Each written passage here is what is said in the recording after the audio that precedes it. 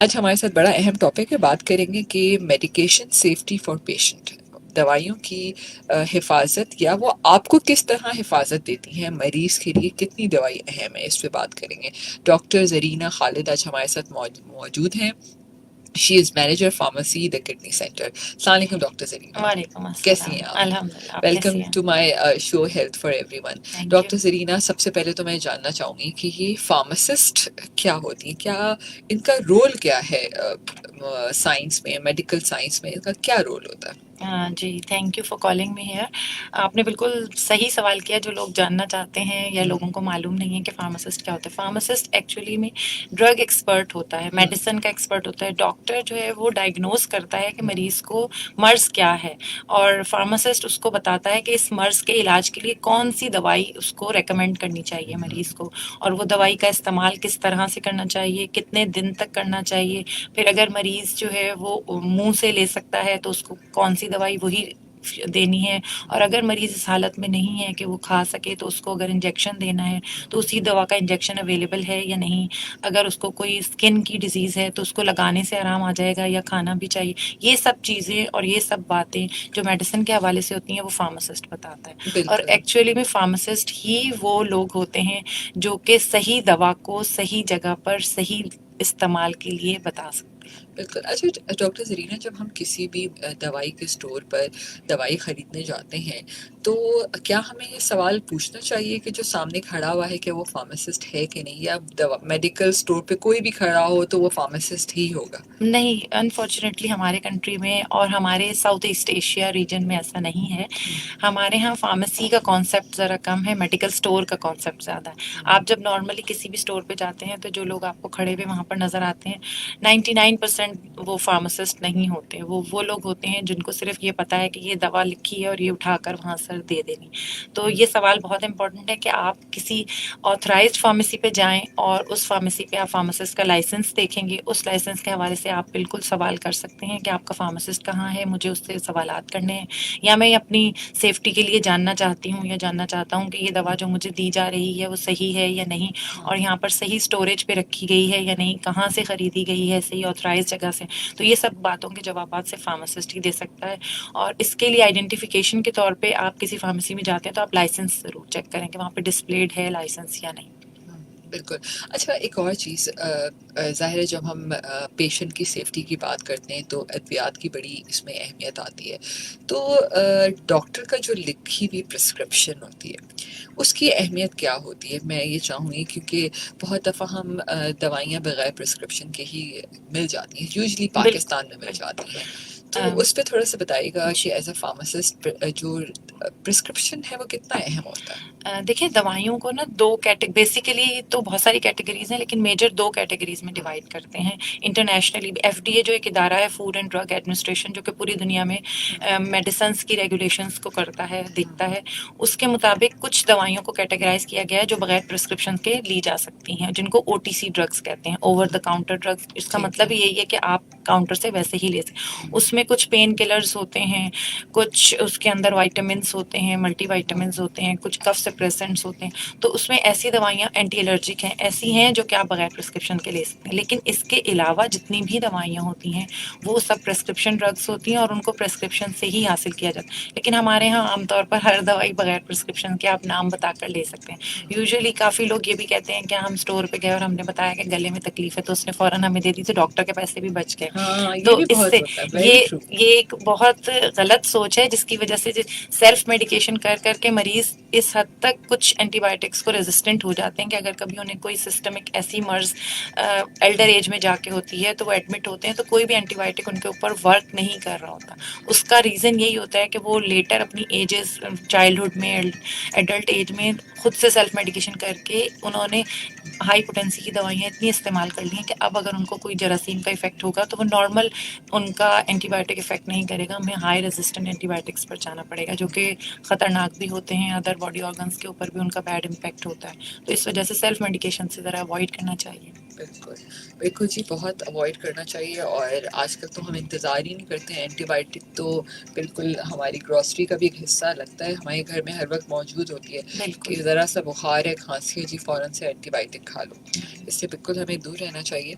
अच्छा आप क्या किसी भी मरीज़ को जैसे आपने कहा ना कि जब हम किसी दोस्त पे जाते हैं मेडिकल स्टोर में, तो वो खुद ही कहते थे जी गले में दर्द है, आप कोई दवाई बता दो, वो आपको बता भी देता है। तो क्या डॉक्टर की प्रिस्क्रिप्शन ही लिखी हुई हमें होनी चाहिए या फार्मासिस्ट अगर कभी-कभी बता दे कि गले की दवाई में ये ले लो तो ले लेना चाहिए? फार्मासिस्ट ऑथराइज है दवाई बताने के लिए, लेकिन उस हद तक जब तक के किसी टेस्ट की नीड नहीं है। फॉर एग्जांपल अगर गले में तकलीफ है तो इसके लिए मेडिकल साइंस में ये कहा जाता है कि फर्स्ट 7 डेज में अगर अपर थ्रोट का इन्फेक्शन है तो उसमें किसी दवा की ज़रूरत नहीं है। तो अगर एटलीस्ट फार्मेसी पे फार्मासिस्ट मौजूद होगा तो वो ये गाइड कर सकता है कि कितने दिन से आपको ये तकलीफ है।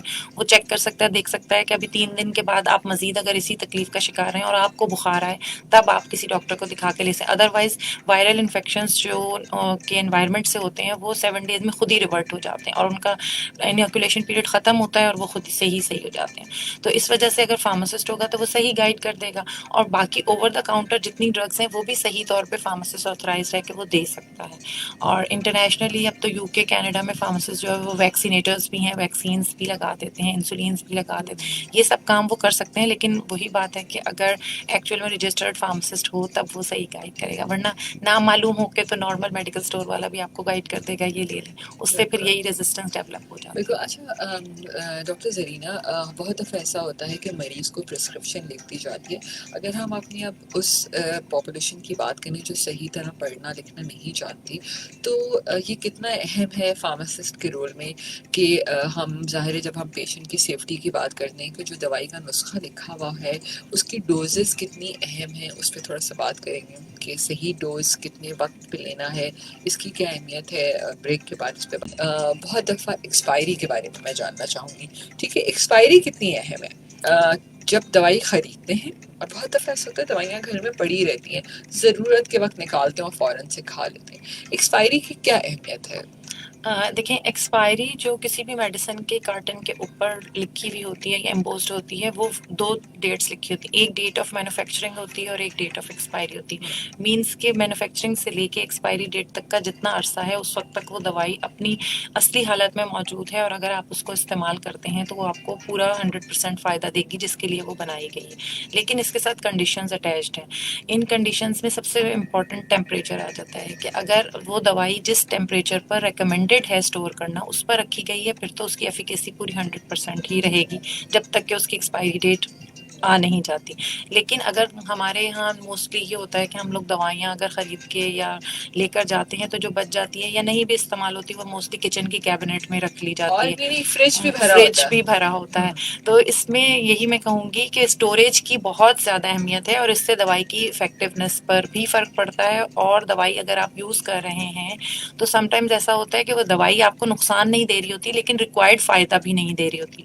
सबसे बड़ी एग्जांपल इंसुलिन की है, जैसे कि हमारे अगर कुछ लोगों को इंसुलिन की नीड होती है डायबिटीज़ के लिए और वो ले रहे होते हैं, तो अगर एक दफ़ा वो ओपन हो जाती है तो वो 28 डेज़ के लिए वो वायल जो है वो सिर्फ इफेक्टिव होता है और वो भी उस वक्त जब उसको आप 2 to 8 डिग्री सेंटीग्रेड यानी कि रेफ्रिजरेटर में रखें, जो नीचे का पोर्शन होता है रेफ्रिजरेटर, आप उसको निकालें, आप उसको यूज़ करें, उसकी इंसुलिन फिल करके जितना आपने डोज लगाना है उसके बाद वापस उसको फ्रिज में रख दें, तो फिर तो वो इफेक्टिव 28 डेज के। लेकिन ऐसा भी होता है कि आपने निकाला, आपने यूज़ किया और उसके बाद आप भूल गए, वहीं रखी रही 2-3 घंटे वहाँ पड़ी रही, फिर किसी को याद आया और उसने उठा के वापस फ्रिज में रख दी और फिर नॉर्मली यूज़ कर। उससे क्या होता है कि आप इंसुलिन यूज़ कर रहे हैं लेकिन समटाइम्स आपका डॉक्टर कहता है कि आपकी शुगर कंट्रोल नहीं हो रही, आपको मजीद दवाओं की ज़रूरत है। उसके साथ फिर आपको एक्स्ट्रा और भी anti diabetic oral tablets add कर अच्छा, दी जब जाती हैं। हम यानी उसकी बिल्कुल, स्टोरेज सही ना करें बिल्कुल, तो ये हो सकता है। बिल्कुल स्टोरेज की बहुत ज़्यादा अहमियत है और स्टोरेज टेम्परेचर की बहुत ज़्यादा अहमियत है। तो अगर आप कोई भी दवा लें उसके ऊपर पढ़ें कि उसके ऊपर स्टोरेज रिक्वायरमेंट्स क्या लिखी है, तो आप घर ले जाकर भी उसको नॉर्मली अगर रूम टेम्परेचर लिखा है तो रूम टेम्परेचर से मुराद होता है 15 से 30 डिग्री सेंटीग्रेड, जो कि नॉर्मली जैसे एसी वाला रूम है तो उसमें तो आप रूम टेम्परेचर वही समझ लें कि हमारे जैसे पाकिस्तान किचन के। वगैरह है। किचन में तो ऑब्वियसली गर्मियों के मौसम में ज़्यादा टेम्परेचर होता है, तो उससे दवा ख़राब नहीं होगी जब तक एक्सपायरी डेट उसकी लिखी है, लेकिन उसकी इफेक्टिवनेस कम हो जाएगी। तो उसको बेहतर तरीका ये है कि अगर आपकी कुछ दवा बच गई है, जो कि अगर टैबलेट है फिर तो ठीक है कि वो स्ट्रिप पे मौजूद है, आप उस वक्त तक, लेकिन सिरप तो अगर एक दफा आपने ओपन कर लिया है तो वो 7 डेज तक सही है। 7 डेज के बाद आप उसको जो बचा हुआ है उसको डिस्कार्ड कर अच्छा, दें। अगर हम कफ सिरप की बात करें, यूजुअली ऐसे जिनके घरों में जी बच्चे होते हैं 8 9 10 साल जी या बचपन में, तो हम कैलपोल एलर्जी की और कफ की ये तो हम सिरप अपने घरों में रखते हैं। बिल्कुल। तो अगर वो एक दफा खुला, एक दो डोज के पास तो पूरी बोतल तो रहती है। इसमें ये है कि जो ऐसे सिरप्स हैं जो कि पहले पाउडर फॉर्म में होते हैं और आपने उनको रिकॉन्स्टिट्यूट किया है सही है, वाटर के साथ ठीक है। डिसॉल्व करना, वो तो उनकी तो 7 डेज के बाद वो एक्सपायर है। 7 डेज के बाद अगर वो बच गया है, पूरा है, आधा है, आपने उसको डिस्कार्ड करना है, वो इफेक्टिव नहीं रहे। लेकिन अगर ऑलरेडी मेड लिक्विड फॉर्म में सस्पेंशन सिरप है, जैसे कि कैलपॉल सिरप होता है, जैसे कि कफ हाँ, सिरप, वो आप 14 डेज के लिए रख सकते हैं। 14 डेज के लिए वो रिक्वायर्ड टेम्परेचर पे अगर सेव है तो ठीक है। उसके बाद वो नुकसान नहीं देंगे, वही मैं बार बार बोलूंगी, नुकसान नहीं देंगे, कम लेकिन हो वो जाएगा। रिक्वायर्ड आपकी इफेक्टिवनेस नहीं रहेगी, वो कम हो जाएगी। और टाइम के साथ साथ और 28 डेज के बाद वो फिर बिल्कुल भी इफेक्टिव नहीं नहीं, आई रहेगी। थिंक ये बहुत ही आपने अच्छी बात बताई, क्योंकि बहुत दफ़ा तो ऐसे होता है वो हमारे किचन में या फ्रिज में जो है 2 2 3 3 महीने तक पड़ी रहती है और हम निकालते हैं और आराम से दे देते हैं। हाँ, उससे इफेक्टिव कम, अगर एक हम्म, चम्मच से आराम आना था तो वो 2 चम्मच से आ रहा होगा, और आहिस्ता आहिस्ता वो भी उससे कम होता चला जाएगा। ठीक है, लेकिन डॉक्टर सरिया महंगाई होगी ना, हर 14 दिन के बाद अगर हमें ऐसी जरूरत पड़े और हम यूं करके फेंक दें उस दवाई को। इसीलिए आप देखें जो ऐसे सिरप्स होते हैं वो 30 ml की पैकिंग में डिस्पेंस किए जाते हैं। कंपनीज को भी हाँ, इस बात का ख्याल है कि लोगों ख्याल को है। 30 ml 60 ml में दिए जाते हैं, और 1 टीस्पून जब आपको डोज देनी होती है तो वो ऑलरेडी 5 ml होता है, तो दिन में 3 दफा देंगे तो 15 ml तो एक दिन में हो गया। सही डोज देंगे तो 3 दिन में वो खत्म हो जाएगा। अच्छा अच्छा, वो जो हम फ्रिज में लाइन से आई ड्रॉप्स अपने सारे कफ सिरप्स और ये सब रखते हैं, तो क्या ये बहुत ज़रूरी है या उनको इस टेम्परेचर की तो ज़रूरत नहीं होती है? नहीं, देखिए 15 to 30 टेम्परेचर है जो नॉर्मली रूम टेम्परेचर था, वो हाँ, क्योंकि हमारे यहाँ 15 to 30 हर घर में तो मौजूद होता नहीं नहीं है, और होता, हमारा बिल्कुल। एनवायरनमेंट भी पाकिस्तान का गर्मियों में अबव 35, अबव 38, और कुछ एरियाज में 40, तो इसलिए वंस ओपन ऑयल और सिरप, तो ये रेकमेंड इसलिए कर देता है डॉक्टर या फार्मासिस्ट कि आप इसको फ्रिज में रख लें ताकि उसकी इफेक्टिवनेस कुछ तो बरकरार है। 2 to 8 में सही रहता है, उससे बिलो पे नहीं जाना सही। चाहिए। अच्छा, मैंने बात की थी इससे पहले, ब्रेक से पहले जो बात रहेगी हमारी, कि जब डॉक्टर प्रिस्क्रिप्शन लिख के देता है, नुस्खा लिख के देता है, तो बहुत दफ़ा पॉपुलेशन का एक बड़ा हिस्सा ऐसा है जिसको वो प्रिस्क्रिप्शन पढ़ना नहीं आती है, और शायद कभी कभी डॉक्टर के पास इतना टाइम नहीं होता, इतनी बड़ी ओपीडी उसने सब लोगों को देखना होता है। तो डोजेस कितनी अहम होती हैं उसको समझना, कि कब सुबह खानी है, कौन सी दवाई शाम को खानी है। तो इस पे आप क्या कहेंगे, क्योंकि बहुत सारे लोग ऐसे भी होते हैं जो अपने बच्चों को भी दवाई पिला रहे होते हैं, उनको नहीं पता होता कि 1 चम्मच पिलाना है, 2 चम्मच पिलाना है, तो ये तमाम चीज़ें कैसे चेक कर सकते हैं बिल्कुल। अगर डॉक्टर ने सही नहीं बताई तो? बिल्कुल। देखिए डॉक्टर का काम तो डायग्नोज करना है। उसने ये बता दिया कि आपको ये मर्ज़ है, उसने इन्वेस्टिगेशंस करवाई या वैसे चेक किया और उसने ये बता दिया, और उसके बाद चले उसने डॉक्टर ने ड्रग भी, मेडिसिन भी प्रिस्क्राइब कर दिया, उसके बाद उसको रीचेक करना, उसको रिकन्फर्म करना, ये फार्मासिस्ट का ही काम है। पेशेंट को काउंसल करना, पेशेंट कैसे यूज़ करेगा, कब यूज़ करेगा, कितने दिन के लिए यूज़ करेगा, और अगर उसके साथ कोई साइड इफ़ेक्ट आता है तो क्या हो सकता है, वो ये सब बताना ये फार्मासिस्ट का ही काम है। पेशेंट प्रिस्क्रिप्शन लेकर अगर फार्मेसी में फार्मासिस्ट के पास आएगा, वो रीचेक करेगा। रीचेक करने का मतलब यही है कि उसमें देखे कि डोजेस जो लिखी हैं वो सही लिखी गई हैं, क्योंकि समटाइम्स डॉक्टर को डोज याद नहीं रहती कि इस ड्रग की क्या है। हॉस्पिटल्स में तो फार्मासिस्ट को कॉल करके पूछ लेता है डॉक्टर, लेकिन नॉर्मली ओपीडीज में, जो क्लिनिक्स में अपने पर्सनल जीपीज होते हैं, वो लोग तो नहीं पूछ रहे थे, तो फार्मासिस्ट रीचेक करते हैं डोज को। उसके बाद अगर करेक्शन की नीड होती है तो they talk to the doctor, again call करते हैं, उसको चेक करते हैं, उसको सही करवाते हैं। फिर उसके बाद मेडिसिन डिस्पेंस करने के बाद मरीज को समझाते हैं कि ये दवा आपको दिन में एक बार लेनी है तो एक बार किस वक्त लेनी है आपने, 2 बार लेनी है तो 2 बार किस वक्त लेनी है, खाने से पहले लेनी है, खाने के बाद लेनी है, किस चीज़ के साथ आपको उसको नहीं लेना चाहिए। फॉर एग्जांपल कुछ दवाइयाँ ऐसी हैं जिनको दूध के साथ नहीं लेना चाहिए, दूध के साथ लेने से उनकी इफेक्टिवनेस ख़त्म हो जाती है। कुछ दवाइयाँ ऐसी हैं जिनको एम्प्टी स्टमक लेना है आपने, यानी कि खाली में पेट लेना है। कुछ दवाइयों को आपने खाने के बाद आधे घंटे में लेना है। तो इस तरह से ये सब चीज़ें बताना फार्मासिस्ट का ही काम होता है। तो पेशेंट की काउंसलिंग जिसको हम कहते हैं, और फिर मरीज अगर आके कहता है कि मैं इतने दिन से दवा ले रहा हूँ और मुझे साथ में खारिश हो रही है या मुझे कफ शुरू हो गई, तो ये सब बताना भी फार्मासिस्ट का ही काम होता है। तो एक्चुअल में अगर फार्मासिस्ट के पास पेशेंट आएगा तो वो दवा उसकी जो पर्पस के लिए वो ले रहा है तो वो सही इस्तेमाल होगी और फायदा उसको प्रॉपर तरीके से। बिल्कुल। वैसे यूजली नॉर्मली दवाई क्या पानी के साथ ही पीनी चाहिए, और पानी का टेम्परेचर क्या होना चाहिए?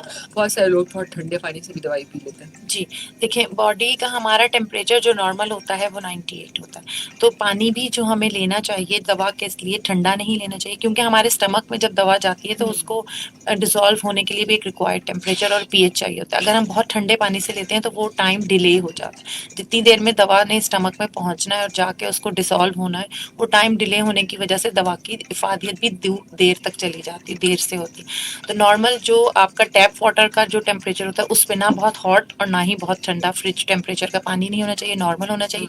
और हाँ, बिल्कुल आपने ठीक कहा कि नॉर्मली सब दवाओं के लिए रिकमेंडेशन यही होती है कि आप उसको पानी के साथ लें। दूध के साथ कोई भी दवा नहीं लेनी चाहिए। अगर दूध की नीड है तो दवा लेने के 1 घंटे बाद की दूध बात। का इस्तेमाल करना चाहिए। आयरन के जितने भी सप्लीमेंट्स होते हैं उनको आप जूसेस के साथ ले सकते हैं, अच्छा, किसी भी आयरन और फ्रूट। थोड़ा सा इसमें भी डिटेल बता दीजिएगा कि बहुत दफ़ा लोग कहते हैं कि जी कैल्शियम, बहुत सारे लोग कैल्शियम, आयरन, मल्टीविटामिन सब खा रहे होते सब हैं और सबको एक ही मुट्ठी में डालते हैं और मुंह में डाल देते बिल्कुल, हैं ये तो बहुत ही गलत हाँ। प्रैक्टिस है। क्योंकि देखिए, मैंने अभी कहा कि कुछ दवाएं ऐसी हैं जो कि दोनों मिक्स करके लेने से दोनों की इफादियत खत्म हो जाती है, या कभी कभार ऐसा होता है कि एक की इफादियत बुरी हो गई, एक ने अपना जो असर देना था दूसरी की वजह से उसने अपना असर भी नहीं दिया बल्कि उल्टा नुकसान होता है। तो इसमें मैं कुछ एग्जांपल्स देती हूँ। जैसे आपने कहा मल्टीविटामिन, कैल्शियम, नॉर्मली प्रेग्नेंट हमारी जो वुमेन होती हैं उनको कैल्शियम भी रेकमेंड किया जाता है 4th मंथ से, और आयरन भी। तो इसके लिए बेस्ट टाइम जो होता है, आयरन का बेस्ट टाइम मॉर्निंग होता है, अर्ली मॉर्निंग। ठीक जिस है। वक्त वो एम्प्टी स्टमक भी हो, ब्रेकफास्ट नहीं लिया, उस वक्त ले लें तो बहुत अच्छी एब्जॉर्प्शन होती है आयरन की। अगर वो जूस के साथ लेना चाहें तो और भी अच्छा है, किसी भी फ्रूट जूस के साथ ले सकते हैं, क्योंकि विटामिन सी जो है वो आयरन की एब्जॉर्प्शन को एनहेंस करता है। तो फ्रूट जूस में विटामिन सी होगा तो उसके साथ वो लें। अगर वो चाय के साथ लेते हैं या ब्लैक टी या कॉफ़ी के साथ लेते हैं तो आयरन की एब्जॉर्प्शन ख़त्म हो जाती है। आयरन बिल्कुल भी बॉडी में एब्जॉर्ब नहीं होता और आपको डायरिया या पेट में दर्द या इस तरह के सिम्टम्स आते अच्छा, हैं। जो बहुत सारे लोग कहते हैं ना कि हमें आयरन की गोली तो हजम ही नहीं जी होती है। बिल्कुल, क्योंकि नॉर्मली आयरन जो है या तो डायरिया क्रिएट करता है या कॉन्स्टिपेशन क्रिएट करता है। तो ये इसमें टाइमिंग्स बहुत इंपॉर्टेंट है कि अगर आपने अर्ली मॉर्निंग लिया है और या आपने फौरन ब्रेकफास्ट के बाद लिया है तो फिर इसकी एब्जॉर्प्शन अच्छी होती है। जितना आप ठीक शाम है। के वक्त लेते हैं आयरन की एब्जॉर्प्शन उतनी अच्छी नहीं होती, क्योंकि बेड टाइम स्टार्ट हो जाता है। और कैल्शियम को कभी भी आयरन के साथ नहीं रेकमेंड किया जाता, क्योंकि कैल्शियम जो है वो आयरन के साथ एब्जॉर्ब होकर आयरन के एब्जॉर्प्शन को भी रोक देता है। इसको हम एक वर्ड यूज करते हैं, चिलेट करना। चिलेट करने का मतलब ये है कि दो दवाइयाँ एक साथ ली तो एक ने दूसरी का असर खत्म कर दिया। तो कैल्शियम और आयरन जिन भी लोगों को रेकमेंड किया जाए, आयरन मॉर्निंग में लें और कैल्शियम जो है वो इवनिंग में या आफ्टरनून में या after meal, 1 hour after the meal लें तो वो बेस्ट टाइम होता ठीक है। है। हाँ, लेकिन ये है कि विटामिन डी अगर रेकमेंड किया तो वो आप साथ में ले सकते हैं। कैल्शियम के विटामिन डी उससे कोई फर्क नहीं पड़ता। ठीक है, और मल्टीविटामिन भी लोग लेते हैं, उसमें सब मल्टीविटामिन्स, कुछ होता है। बिल्कुल मल्टीविटामिन्स जो हमारे पास होते हैं नॉर्मली उनमें बी कॉम्प्लेक्स विटामिन्स होते हैं सारे, B1, B2, B6, B12, vitamin C होता है, फॉलिक एसिड, तो वो सारे वाटर सॉल्युबल विटामिन्स हैं। तो उनको भी अर्ली मॉर्निंग में बिफोर ब्रेकफास्ट या after breakfast 1 hour after the iron के साथ ले सकते हैं आयरन दोनों। के साथ आप ले सकते हैं। बी कॉम्प्लेक्स को कोई इशू नहीं है, लेकिन बेस्ट यही है कि दोनों में आप आधे घंटे का फर्क इस रखें। वक्त तो पूरी दुनिया जो है वो चाय के बगैर तो रहती नहीं है, अगर मैं एक जनरल प्रैक्टिस की बात करूं। और हम ये भी देखते हैं कि दूसरी तरफ खून की कमी भी बहुत ज़्यादा हो रही है। इसका मतलब अगर हम आयरन सप्लीमेंट खा भी रहे हैं तो उसको कोई फ़ायदा नहीं हो रहा। बिल्कुल, चाय के साथ लेने की वजह से एक इंग्रेडिएंट होता है फाइटोन, जो कि आपकी एब्जॉर्प्शन को, आयरन की एब्जॉर्प्शन को इंटेस्टाइन में रोक देता है। तो इस वजह से चाय के साथ, ब्लैक कॉफ़ी, ब्लैक टी, किसी भी किस्म की चाय के साथ आयरन को यूज़ नहीं करना चाहिए। आयरन को पानी के साथ लें या जूस के साथ लें, उसके 1 घंटे के बाद आप चाय इस्तेमाल कर सकते हैं, कोई इशू नहीं है उसके साथ आप। सही।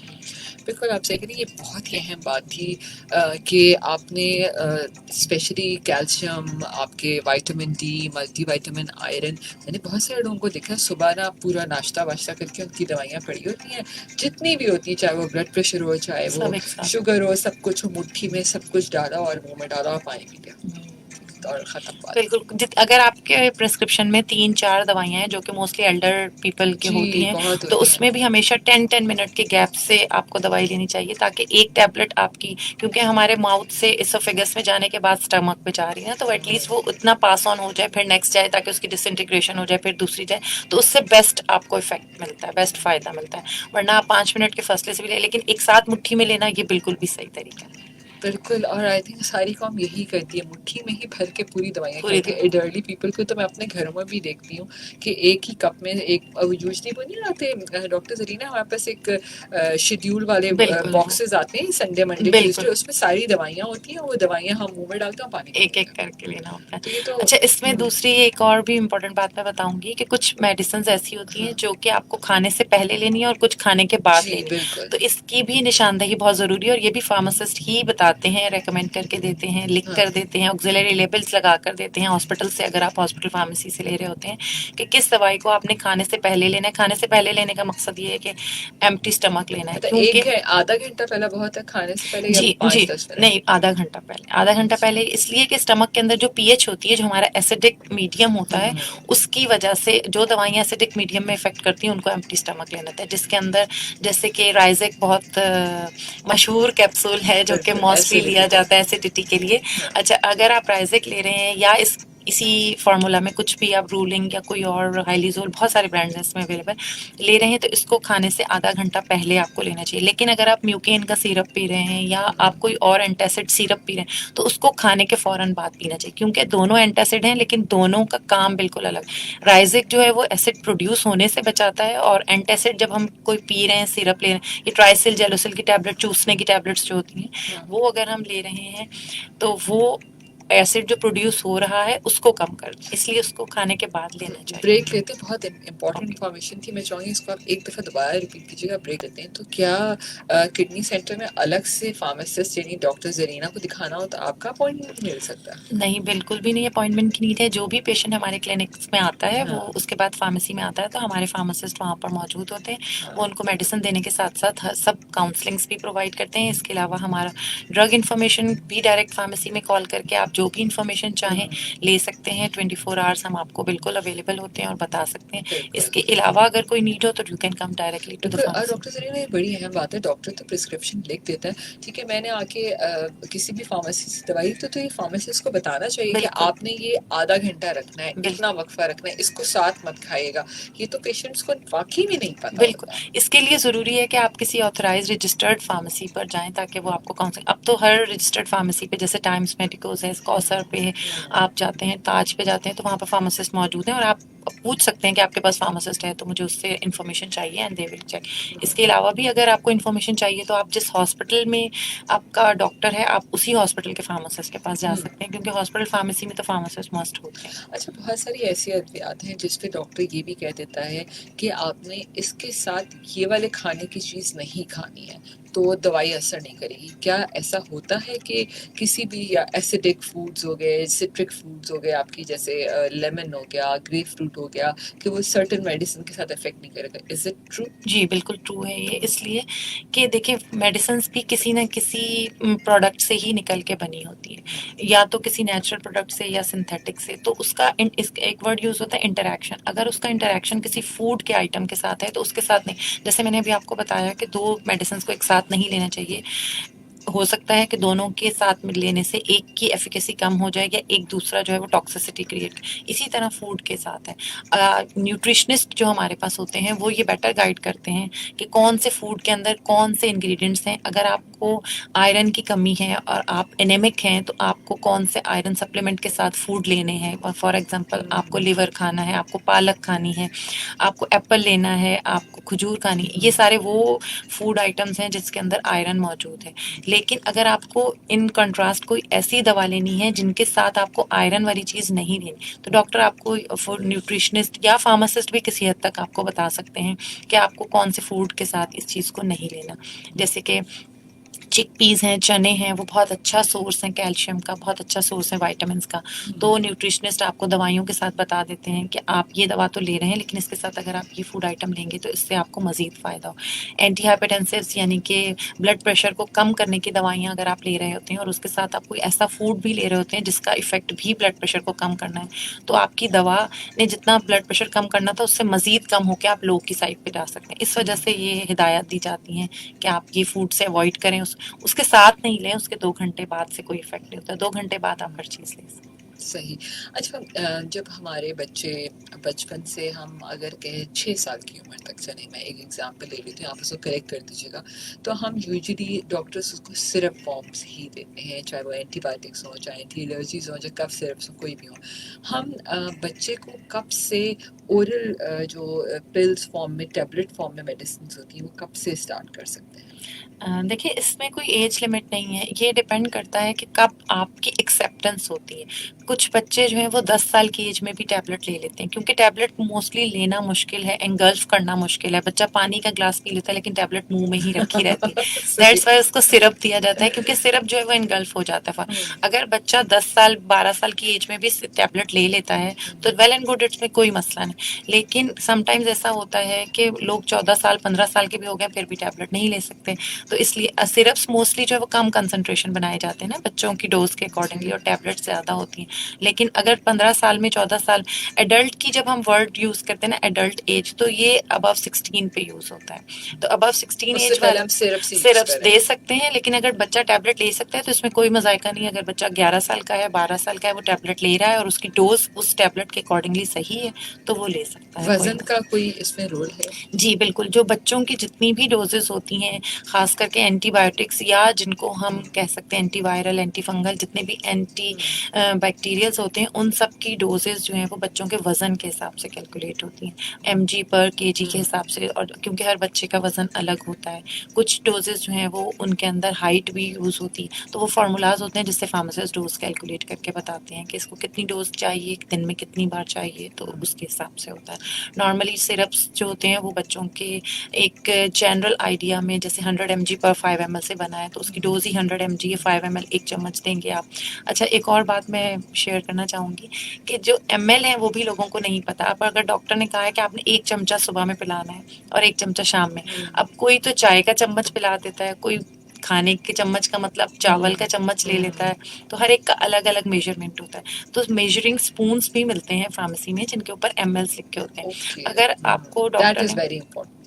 अगर डोज कैलकुलेशन के बाद आपकी 5 ml की डोज आई है तो हुँ, आपको 5 ml ही पिलाना है। और 5 ml का मतलब एक नॉर्मल छोटा चाय का चम्मच होता है जिससे हम चीनी मिलाते हैं चाय, वो 5 ml का होता है। अगर हम खाने का चम्मच लेते हैं जिससे हम नॉर्मली राइस खा रहे होते हैं, वो 10 ml का होता है, तो उसको कहा जाता है टेबल स्पून। अगर हुँ, टेबल स्पून है तो हम 10 ml देंगे दवाई, और अगर टी स्पून है तो 5 ml देंगे। और इसका एक बहुत और भी आसान तरीका मैं बताती हूँ, अगर सही डोज देना चाहते हैं तो नॉर्मली जो डिस्पोजेबल सिरिंज होती है उसकी नीडल निकाल लें अगर आप, तो उससे भी अगर आप सिरप बच्चे को पिलाएंगे तो ये बहुत इजी वे भी है कि पूरी डोज भी मुंह में चली जाएगी गिरेगी भी और नहीं। गिरेगी भी नहीं और सेफ भी होगा।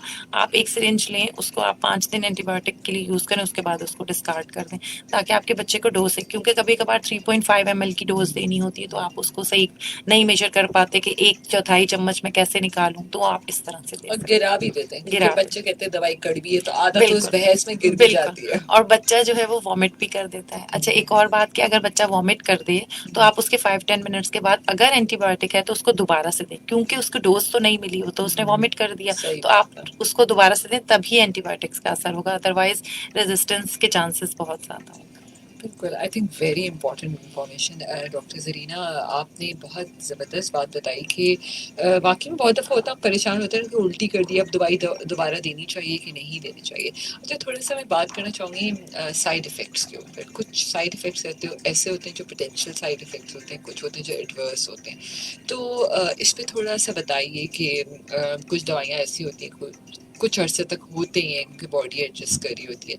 तो इस पे थोड़ा-सा अगर जी, एक्सप्लेन कर सकें। देखिए साइड इफ़ेक्ट्स तो जितनी भी हम दवाइयाँ यूज़ करते हैं जिनको हम एलोपैथिक मेडिसिन्स कहते हैं, इनके साथ कोई ना कोई साइड इफ़ेक्ट ज़रूर एसोसिएटेड होता है, जो कि मेंशन्ड होता है, डिक्लेयर्ड होता है उसके लीफलेट के ऊपर। नॉर्मली जो छोटे साइड इफ़ेक्ट जिनको हम कहते हैं, इनका एब्डोमिनल पेन छोटा मोटा, या डायरिया हो जाता है, या स्लीपलेसनेस हो जाती है, रैशेस हो जाते हैं जो कि एंटीबायोटिक्स के साथ। तो अगर रिकमेंडेशंस के साथ उसके साइड इफ़ेक्ट्स लीफलेट के ऊपर मेंशन्ड है तो आप उसको सही तरीके से पढ़ें, और अगर वो साइड इफ़ेक्ट्स आपको आ रहे हैं तो इट मीन्स कि जब तक आप दवा इस्तेमाल कर रहे हैं वो आपको आएँगे। ज़रूरी नहीं कि सबको आएँ, 1 in 100, 1 in 1000, लेकिन मेंशन्ड सारे ही होते हैं। किसी को एक आता है, किसी को दूसरा आ जाता है और किसी को कुछ भी नहीं होता है। It depends on body physiology, क्योंकि हर कोई एक दूसरे से डिफरेंट होता है। बिल्कुल। लेकिन अगर आपको उसी दवा की डोज के साथ साथ उन इफेक्ट्स का ओवरवेल्म्ड एक्शन नज़र आ रहा है, यानी कि बहुत ज़्यादा प्रोनाउंस्ड इफेक्ट, तो फिर आप अपने डॉक्टर या फार्मासिस्ट के साथ कंसल्ट करें, ताकि या तो वो आपकी दवाई को चेंज करेंगे या आपकी डोज के टाइमिंग्स को चेंज करेंगे, तो उससे आपके इफेक्ट्स। लेकिन कुछ दवाइयों के साथ कुछ साइड इफेक्ट मस्ट होते हैं। पहले तो मैंने बताया ना कि कुछ आ सकते हैं, कुछ नहीं, कुछ मस्ट, जैसे कि एंटीबायोटिक्स कुछ हैं जिसमें पेनिसिलिन आते हैं और अदर पेनिसिलिन के डेरिवेटिव्स आते हैं, उनके लिए टेस्ट डोज, पहले अगर उसका इंजेक्शन देना है तो पहले हमेशा उसके लिए टेस्ट डोज दी जाती है, चेक किया जाता है सेंसिटिविटी को कि ये पेशेंट इससे एलर्जिक तो नहीं है, क्योंकि उससे एलर्जिक के चांसेस बहुत ज़्यादा होते हैं, जिसको हम हाइपर रिएक्शंस कहते हैं। तो अगर वो उससे एलर्जिक होता है तो फिर उसको वो वाला एंटीबायोटिक सजेस्ट नहीं किया जाता, दूसरा किया अच्छा, एक जाता है। सवाल है, जैसे एंटीबायोटिक आपने बात कही कि उससे स्टमक भी अपसेट यूजुअली बच्चों का तो हो ही जी जाता है, तो एक पर्टिकुलर ऑगमेंटन ऐसी है जिसमें लिखा हुआ है यूजुअली उसमें स्टमक अपसेट हो जाता है, बिल्कुल। तो कुछ आप सजेस्ट करेंगे कि ज़ाहिर है कुछ सूरत में वही देना होता है, तो इसके साथ क्या चीज़ ऐसी इस्तेमाल करनी चाहिए कि वो ना हो डायरिया? ऑगमेंटिन सेफेस्ट एंटीबायोटिक है बच्चों के लिए भी, जो कि अपर रेस्पिरेटरी ट्रैक्ट इन्फेक्शंस के लिए, थ्रोट इन्फेक्शंस के लिए बहुत ज़्यादा इफेक्टिव है, सॉफ्ट टिश्यू इन्फेक्शंस के लिए बहुत ज़्यादा इफेक्टिव है। लेकिन इसके साथ एक एसोसिएटेड, इसके साथ मस्ट साइड इफेक्ट है जो डायरिया इसके साथ हो जाता है, और नॉर्मली वाटरी डायरिया होता है। तो इसके साथ जितने दिन आप इस्तेमाल करें, पानी का इस्तेमाल ज़्यादा करें बच्चे को। लूज टूल के लिए जैसे कि स्मेक्टा साशे होता है एनफ्लोर, जिनको हम प्रोबायोटिक्स कहते हैं, वो साथ में दे दिए जाएं, या खाने में केले का इस्तेमाल ज़्यादा किया जाए या खिचड़ी का इस्तेमाल किया जाए, तो उसकी वजह से फिर पेट का दर्द और ये वाला इफ़ेक्ट जो है वो काफ़ी हद तक कम हो जाता है। सही। छोटे-छोटे से सवालात हैं जो लगता है कि कुछ अहम है, जैसे बहुत सारी शुगर की अद्वियात ऐसी होती हैं जो लोग खाने के बाद खाते हैं, जी। तो कुछ लोग कहते हैं कि शुगर की दवाई खाने से एकदम से दिल घटने लग जाता है, तो क्या टाइमिंग्स की वजह से हो सकता है या क्यों नहीं, होता है? कुछ कुछ जैसे शुगर की दवाइयाँ जो आप ओरली टैबलेट्स लेते हैं, कुछ के साथ तो एसोसिएटेड साइड इफ़ेक्ट है कि आपका आधे घंटे 1 घंटे तक थोड़ा दिल घबराता है। ठीक वो है। आप एम्प्टी स्टमक पे लेते हैं पहले खाने से आधा घंटा, पौना घंटा पहले लेते हैं, उससे जैसे ही आप कुछ खाते हैं थोड़ी देर के बाद फिर आपका दिल बैठना बंद हो जाता है या दिल घबराहट कम हो जाती है, वो उसके साथ साइड इफ़ेक्ट एसोसिएटेड। लेकिन कुछ दवाइयाँ गलत टाइम पे लेने की वजह से भी ऐसा होता है, क्योंकि सारी शुगर की दवाइयाँ ही खाने से पहले नहीं लेनी होती, सही कुछ बात है। खाने के साथ भी लेनी होती है, जैसे कि मेटफॉर्मिन एक फॉर्मूला है, खाना मेटफॉर्मिन खाते-खाते आप खाना खा रहे खाते हैं। खाते, बिल्कुल, क्योंकि उसका एक साइड इफेक्ट है कि डायरिया बहुत ज़्यादा वो क्रिएट करता है, तो इस वजह से उसको खाने के साथ दिया जाता है। और उसकी कुछ फॉर्मुलेशन भी ऐसी है कि वो खाने के साथ उसको पीएच वो वाली नीडेड होती है, तो उससे दोनों इफेक्ट उसके मास्क हो जाते हैं। इसलिए अगर उसको खाने से पहले खाएंगे तो एकदम से बहुत ज़्यादा घबराहट होगी, तो दवाइयों के टाइमिंग्स का ख्याल रखना तो बहुत बहुत ज़रूरी ज़रूरी है। हमारे पास एक छोटा सा ब्रेक है। अच्छा डॉक्टर जरीना, कुछ सवालात इस पे भी हैं, ऑल्टरनेट मेडिसिन के ऊपर हैं, क्योंकि समटाइम कुछ फार्मेसी की मेडिसिन अवेलेबल नहीं होती, केमिकल नेम सेम होते हैं, तो इस पे थोड़ा सा गाइड कीजिएगा, क्योंकि समटाइम हम बड़ा रिलक्टेंट होते हैं, फार्मासिस्ट सजेस्ट भी करते हैं कि ये सेम चीज़ है लेकिन हम वो नहीं लेना चाहते, तो इससे कोई फ़र्क पड़ता है कि नहीं? हमारे साथ ही रहिए, साथ कमाल। कैसे करना चाहिए, कब करना चाहिए, औकात बहुत इंपॉर्टेंट है, कौन सी चीज़ किसके साथ नहीं खानी है, ये भी बड़ा अहम है। और यकीनन डॉक्टर प्रिस्क्रिप्शंस लिख के देते हैं, तो फेसबुक पे एक सवाल है, फिर डॉक्टर ही क्यों प्रिस्क्रिप्शन लिख के देता है? दवाई तो डॉक्टर ही लिख के देगा, लेकिन फार्मासिस्ट उसको एक्सप्लेन करेगी कि आपने कौन सी दवाई कितने बजे खानी है और किसके साथ क्या नहीं खाना। और बड़ी अहम बातें आज मुझे पता चली कि आपने आयरन कब खाना है, कैल्शियम कब खाना है, और हर दवाई को फ़ौरन से सब साथ ना खा लीजिए, वक्फा दीजिए दवाइयों में। ये बड़ी इंपॉर्टेंट चीज़ें हैं। फिर हम बाद में कहते हैं कि नहीं जी, डॉक्टर सही नहीं था, उसने दवाई सही नहीं लिख कर दी। असल मसला ये होता है कि जो दवाई लिख कर दी गई होती है उसको हम सही तरह खाते नहीं है। मैं सही कह रही हूँ डॉक्टर जरीना? जी, बिल्कुल है आप ना, ठीक हैं, एंड आप ऑफ द सही डे कह रहे ऐसा हैं। होता है ना ऐसा होता कि है, हम बिल्कुल। कहते हैं डॉक्टर ने दवाई बिल्कुल नहीं ऐसा सही होता है, फिर आप दूसरे डॉक्टर के पास जाते हैं, वो दूसरी दवा सजेस्ट करता है, आप 2 दिन वो इस्तेमाल करते हैं और आप कहते हैं कि इससे मुझे फ़ायदा हुआ। हाँ। लेकिन असल बात ये होती है कि आपने पिछली दवा सही से ली नहीं होती है, इस वजह से आपको फ़ायदा नहीं होता। दवाएँ तो सब ही इफ़ेक्टिव होती हैं, लेकिन उनको लेने का तरीका सही होना चाहिए। जैसे कि बिल्कुल। बच्चे तो सभी क्लास में पढ़ रहे होते हैं, लेकिन पोज़ीशन वही लेता है जो सही तरीके से जो पढ़ रहा सबसे होता ज़्यादा पड़ता है। वेरी नाइस, बिल्कुल ठीक कह रही हैं आप। अच्छा, ऑल्टरनेट मेडिसिन का एक ज़ाहिर एक अहम रोल है। डिफरेंट फार्मा की हमारे पास इंडस्ट्रीज़ हैं, हर कोई एक दवाई मतलब डिफरेंट नामों से बना रही है, केमिकल नेम यकीनन सबके सेम होते हैं। बहुत दफ़ा बहुत सारी अद्वियात मार्केट में शॉर्ट भी हो जाती हैं, तो जब हम फार्मासिस्ट ही का ज़ाहिर है यहाँ पर असल रोल आता है कि वो ऑल्टरनेट बताती हैं, तो आप प्लीज़ मेरे सामने को सजेस्ट करें कि अगर मरीज़ को एक दवाई नहीं मिल रही तो उसको ऑल्टरनेट क्या ले लेना चाहिए या इंतज़ार करना चाहिए? जी, ये तो आजकल के दौर के लिए बहुत इम्पोर्टेंट है क्योंकि अभी बहुत सारी हमारे कंट्री के इश्यूज़ की वजह से दवाइयाँ शॉर्ट हैं जो कि नहीं मिल रही ब्रांड। देखिए दवाई के 2 नाम होते हैं, एक होता है ब्रांड नेम जिस नाम से हम उसको जानते हैं। आजकल तो ब्रांड का वर्ड अब बहुत कॉमन हो गया है इसलिए सबको पता होगा, जैसे कि पैनाडोल एक ब्रांड नेम है, लेकिन इसका एक जेनेरिक नेम होता है जिसको आप फ़ॉर्मूला कह सकते हैं। जो उसका केमिकल फ़ॉर्मूला एक अलग नाम होता है, एक जेनेरिक नेम होता है जो कि फ़ॉर्मूला से निकाला। जैसे कि पैनाडोल का जेनेरिक नेम है पैरासिटामोल या एसिटामाइनोफेन। अब जितने भी एसिटामाइनोफेन हैं वो 500 mg की ही टैबलेट में मार्केट में अवेलेबल होंगे। नाम डिफरेंट होंगे, किसी का नाम फिब्रॉल होगा, किसी का पैनाडोल होगा और समथिंग एल्स कुछ और भी हो सकते हैं। तो आपका सवाल बिल्कुल रेलेवेंट सवाल है जिसका शायद लोगों के ज़हनों में बहुत ज़्यादा ये कॉन्सेप्ट होता है कि हम अगर इतने सारे नामों से हैं तो डॉक्टर ने वही क्यों लिखी है और अगर मैं दूसरी ले लूँ तो पता नहीं इससे इफेक्ट हो गया। देखें, कीमत का फ़र्क भी बहुत ज़्यादा इम्पोर्टेंस रखता है। अगर एक दवा आजकल के दौर में। बिल्कुल आजकल के अगर एक दवा एक गोली जो है वो 10 रुपए की और वही 2 रुपए की भी मिल रही है तो पेशेंट के जहन में सवाल आता है कि 10 रुपए वाली ज़्यादा अच्छी होगी दो वाली। तो हमारे पाकिस्तान के अलावा जितने भी अब यूरोपियन कंट्रीज हैं सब लोग generic based formulation generic based prescription पे जा रहे हैं। उसमें क्या होता है कि केमिकल डॉक्टर नेम लिख जी देते हैं। डॉक्टर सिर्फ प्रेस्क्राइब करते हैं उसका जेनेरिक नेम, जैसे कि मैंने बताया एसिटामाइनोफेन और 500 mg BD उसने लिखा। इसका मतलब ये है कि फार्मासिस्ट खुद ऑथराइज्ड है कि वो कौन सा ब्रांड दे सकता है, कोई भी दे सकता। अब वो देखेगा अगर ओपीडी पे पेशेंट है तो वो किस क्लास से बिलोंग करता है। अगर वो अफोर्ड कर सकता है तो कॉस्टली भी दी जा सकती है, अगर वो नहीं कर सकता तो उसको कम। इससे इफेक्टिवनेस का ताल्लुक इसलिए नहीं होता क्योंकि सब दवाइयाँ जो मार्केट में आती हैं वो सब की सब हर कंट्री की एक रेगुलेटरी बॉडी होती है, जैसे कि पाकिस्तान की drug regulatory authority of Pakistan जिसको हम ड्रैप कहते हैं। जितनी भी फार्मास्यूटिकल कंपनीज होती हैं उनके पहले अप्रूवल्स होना और उसके बाद कोई भी दवा उन्होंने अगर मैन्युफैक्चरिंग स्टार्ट करनी है और टाइम टू टाइम स्टार्ट होने के बाद भी क्यूसी चेक करना, ये ड्रैप का काम होता है। तो जो भी दवा मार्केट में किसी ब्रांड नेम से अवेलेबल होती है तो वो मस्ट ड्रैप से अप्रूव्ड है, इसलिए आप उसकी एफिकेसी पे शक नहीं कर सकते। और कीमत के कम या ज़्यादा होने का ताल्लुक उन फैसिलिटीज़ से है जो कि उस कंपनी में अवेलेबल है। अगर रॉ मटेरियल किसी करीब के कंट्री से आ रहा है या हमारा लोकल है और अगर मशीनरी वहाँ पर जो अवेलेबल है वो बहुत हाई क्लास है, हाई फाई है या थोड़े लोअर क्लास की, तो इन चीज़ों से कंपनी की मेडिसिन की दवाइयों के रेट्स पे फ़र्क पड़ता है। ऑब्वियसली मल्टीनेशनल कंपनीज जो होती हैं उनकी फैसिलिटीज़ लोकल से ऑफ मैच कोर्स। नहीं कर सकती। दैट्स वाई मल्टीनेशनल कंपनीज के रेट्स ज़्यादा होते हैं और लोकल के कम होते हैं। लेकिन इसके वजह से आप ये नहीं कह सकते कि उसकी इफेक्टिवनेस कम हो गई है या नहीं। तो आप उसका फार्मूला अगर वही सेम है, उसकी डोज वही सेम है, तो आप अपनी सेटिस्फेक्शन बेसिस पे उसको दूसरे ब्रांड से यूज़ कर सकते हैं। बिल्कुल। अच्छा, एक कॉल हम अच्छा, बहुत दफ़ा ऐसा होता है डॉक्टर ज़रीना, मैं ये भी जानना चाहूँगी कि बहुत सारे मरीज़ ऐसे होते हैं, जैसे ज़ियादतीस और ब्लड प्रेशर के मरीज़ों की बात करें तो वो अद्वियात खाते रहते हैं, फिर छोड़ भी देते हैं, फिर वो टोटकों पे भी चले जाते हैं। तो दवाई का छोड़ना लेना, क्या ये कहीं ना कहीं अफेक्ट करता है मर्ज़ को? जी, देखें जो ज़ियादतीस का मर्ज़ है या फिर ब्लड प्रेशर हाई होने का जो मर्ज़ है, ये ऐसे अमराज़ हैं जो कि आपको एक दफ़ा हो जाते हैं तो इनके ख़त्म होने का हम नहीं कह सकते कि आप बिल्कुल ठीक हो गए। जैसे फ़ीवर है, आपको हुआ, आपने दवाई ली, आप बिल्कुल ठीक हो गए। पेट में इन्फेक्शन हुआ, दवाई ली, आप बिल्कुल ठीक हो गए।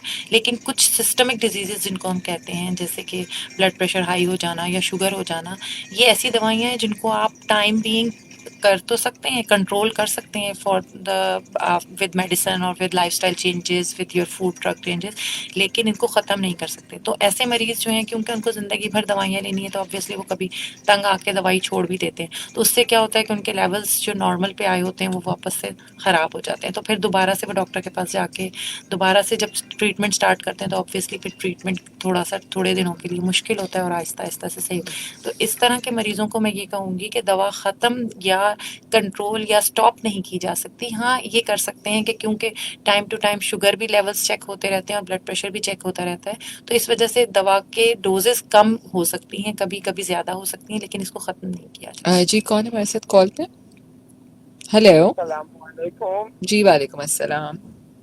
अंबर बाजी एप्रिशिएट कॉल है आप और हमारी जो दूसरी बाजी है आपके साथ, जी आप जी। दोनों को अल्लाह रब्बुल इज्जत खाजे उम्रे की सादत नसीब फरमाए। अल्लाह आप लोगों को अपने इल्जामान में रखे। आमीन। और बाजी आप लोगों की बदौलत हमें बहुत सहूलियात मिलती है। कल जो आप लोगों ने शो किया था और चिल्ड्रन के हार्ट के दिल के सुराख के हवाले से, तो हमारे लिए बहुत मुफीद साबित होता है आपका शो। तो ये एप्रिशिएट खोलती है आप लोगों के लिए, और आप लोगों के लिए ढेर सारी दुआएं, और अल्लाह रब्बुल इज्जत आपके हर बहुत शुक्रिया। जायज हाजात पूरी फरमाए। आमीन। और बहुत हमारे बहुत लिए ये शो इस तरह किया करे, क्योंकि हमारे पास न नेट है और न हम तालीम याफ्ता है, तो हम आपके रेडियो से बहुत कुछ सीख लेते हैं, बहुत कुछ मालूमात मिल जाती है। अल्लाह हाफ़िज़। बहुत शुक्रिया जी, बहुत बेहतरीन कॉल थी। बिल्कुल हमारा मकसद भी आप सब लोगों को आगाही देना है। Thank you so much doctor Zarina. आखिर में मैं चाहूँगी कि हमारे सामीन के लिए इस टॉपिक के हवाले से एक पैगाम देना चाहेंगी, कुछ रेडियो की अफादियत पे कुछ कहना चाहेंगी? जी बिल्कुल, मैं ये कहना चाहूँगी कि रेडियो एक ऐसा ज़रिया है जिसके ज़रिए से आप घर बैठे सारी मालूमात हासिल कर लेते हैं, और जो लोग यहाँ पे काम कर रहे होते हैं वो लोगों की बेहतरी के लिए, लोगों के फ़ायदे